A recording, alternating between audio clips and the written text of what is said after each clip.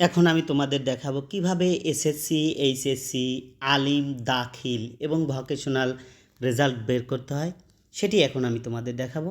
প্রথমেই Google Chrome কিংবা গুগলে আমরা প্রবেশ করব।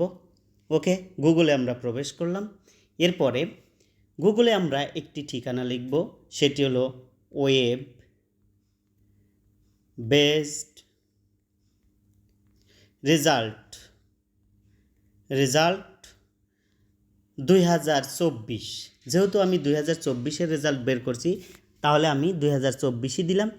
যদি 23, 22 বা 19, 2019 এর পরবর্তীতে 2025, 26-এর রেজাল্টও কিন্তু একইভাবে বের করতে পারবে। ওকে, এখন আমরা সার্চ করলাম ওয়েব বেস রেজাল্ট 2024, আমরা সার্চ দিয়ে দিলাম।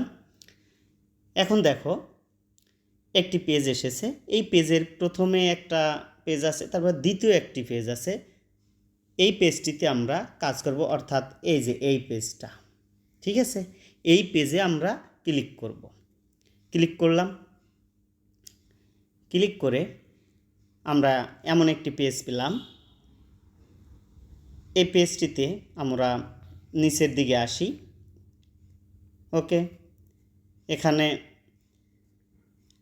লেখা আছে SSC result, Dakhil result, HSC result, GSC, GDC, Alim, equivalent result.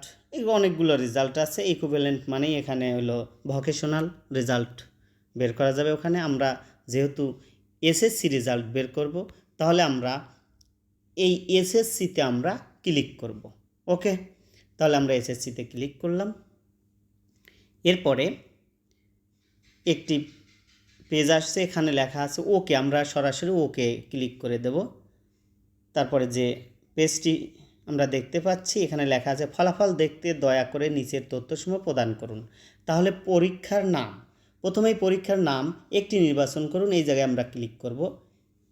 Click করলাম। ওকে, এখানে যেহেতু আমি এসএসসির রেজাল্ট বের করব, তাহলে এই এসএসসি যে জায়গায় আছে এই ঘরটি আমরা পূরণ করে দিলাম। ওকে, ক্লিক করলাম। এরপরে পরীক্ষার সাল এখানে একটি নির্বাচন করতে বলছে, আমরা নির্বাচন করব 2024। ওকে, 2024 আমরা সিলেক্ট করে দিলাম। এরপরে বোর্ডের নাম, অর্থাৎ একটি নির্বাচন করব। বোর্ডের নাম আমাদের যেহেতু রাজশাহী বোর্ড, যার যে বোর্ড সেই বোর্ডেই ক্লিক করতে হবে। রাজশাহী বোর্ড, আমরা রাজশাহীতে ক্লিক করলাম। এরপরে লেখা আছে লাল অক্ষরে ফলাফলের ধরন একটি নির্বাচন করতে হবে। ফলাফলের ধরন একটি নির্বাচন করব আমরা এখন। এখানে বিভিন্ন ফলাফল আছে, প্রতিষ্ঠানের, সেন্টারের, জেলার ফলাফল। আমরা একক অবলিক বিস্তারিত ফলাফল এইটা আমরা ক্লিক করব, ঠিক আছে। অর্থাৎ এই যে এইটা একক বিস্তারিত, এই ফলাফলটা আমরা ক্লিক করব। ক্লিক করলাম। দেখো, এরপরে পরীক্ষার্থীর রোল নম্বর ইংরেজিতে, তাহলে আমরা এই জায়গায় রোলটা আমরা দিয়ে দেব। আমি আমার রোলটা দিচ্ছি 110 170। ওকে, এরপরে পরীক্ষার্থীর রেজিস্ট্রেশন নম্বর ইংরেজিতে দিতে হবে। এখানে রেজিস্ট্রেশন নম্বর এখানে আমার আছে 21126273 এবং 17। ওকে, এরপরে নিচে একটা ছবি দেখা যাচ্ছে, এইটা হলো কিওয়ার্ড।